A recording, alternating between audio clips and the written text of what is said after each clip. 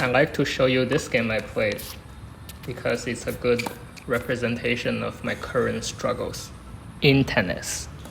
There are two types of players I'm having a difficult time dealing with right now. One is players who are very consistent with a good defensive game. They're happy to just rally at the baseline day in, day out. They don't miss a shot within their reach. The other type are people who are very consistent but plays an attacking style of tennis.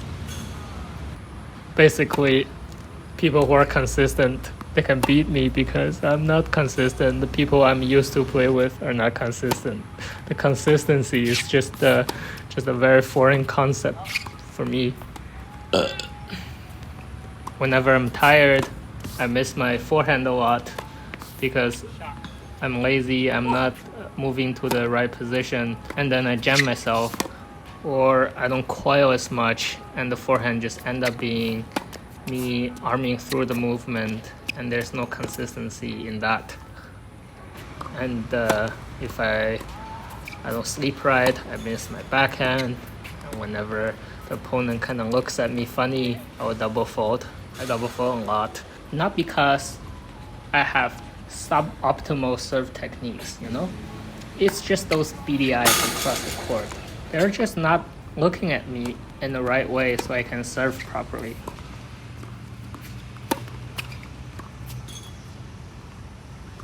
A bagel.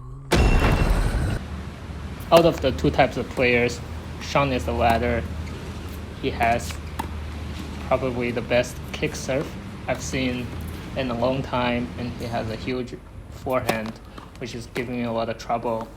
And his backhand is not bad either. The topspin drive backhand is good. The slice is good. He mixes it up.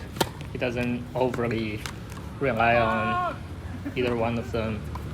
So that's difficult for me because for a while now, I've just been relying on this strategy where I think people generally has a bad backhand. So I just hit to their backhand and try to win the game from there. So whenever an opponent shows up and they have a good backhand, I'm like, no, what do I do now? I don't have a game plan for that. I don't have a game plan for good players. It's all just very confusing. And Sean is such a player.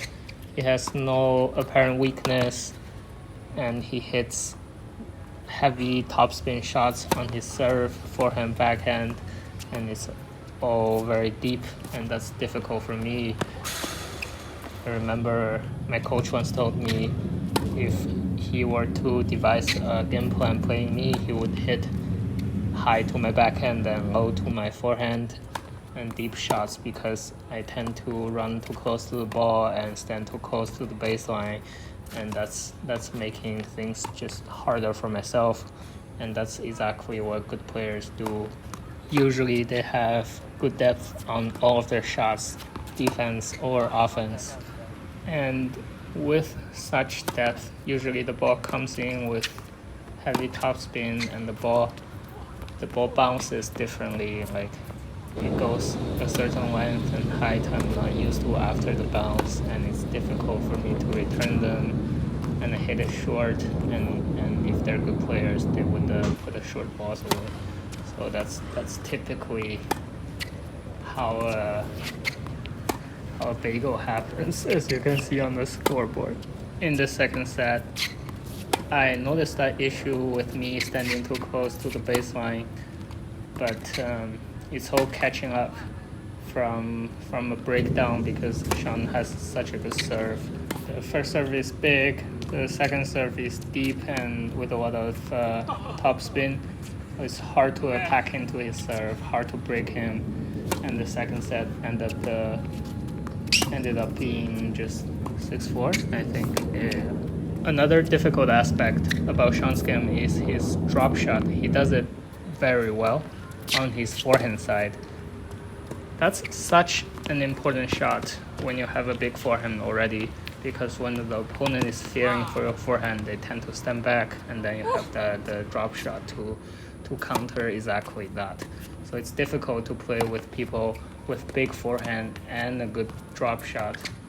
because the big forehand requires you to stand back to have more time, and then the drop shot says you can't stand too far behind because you don't have enough time to run to the front of the court. So the only clear solution for me is that I have to stand not too far behind the baseline, so I have time to run for the drop shot, and then have to hit on the rise or cleanly off the big ground strokes. Or I develop this level of athleticism like Medvedev, where he can just return all the serve from far behind the baseline and still have the speed to run to the front of the court to return drop shots. Either way, it requires me to play at a higher level than I am right now. And just like all good things in life, it takes time to develop real good tennis skills, and nobody got time for that. Actually, this is kind of an interesting topic for me because I feel like at this stage of my tennis journey, there are two paths I can pursue to become a better tennis player. One is to develop my tennis skill further. First thing, I hit a bigger forehand. I don't double fault as much. That would be really nice, you know? And the second approach is I just drop 10 kilo. That way I can just move better, handle the tropical heat better, more so than a lot of people would like to admit. Fitness or general athleticism is such a big part of tennis game.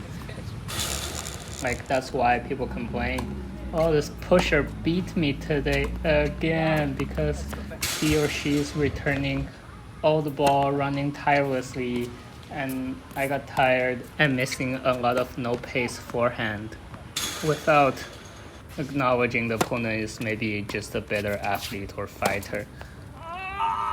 I think you can strike the ball well, be a very good ball striker, and you can be a very good athlete, and you can be a very good fighter mentally.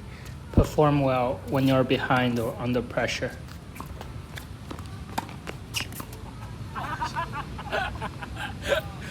Okay. I think these three aspects are equally important for developing your tennis games. And they will take time. So for me, I feel like I'm an okay competitor. I can perform under pressure or when I'm behind in a tennis match. So I can see there's two paths to improving my tennis game. One is to improve the tennis part of the game, and the other is the athleticism. Anecdotally, Sean is a marathon runner, so I asked him which one is more tiring, running a half marathon, which is about 2 hours or so, and playing 3 full sets of tennis, and he said, oh, marathon is obviously more tiring. Because you can't stop in a marathon, but in tennis you can cheat a little bit. You can take more time between the points or play in a certain way to end the points quickly. So I thought that was interesting because I've been avoiding endurance training at all costs, and maybe that's putting a dent in my tennis game. Perhaps there is no avoiding it. What do you think? Let me know in the comment below.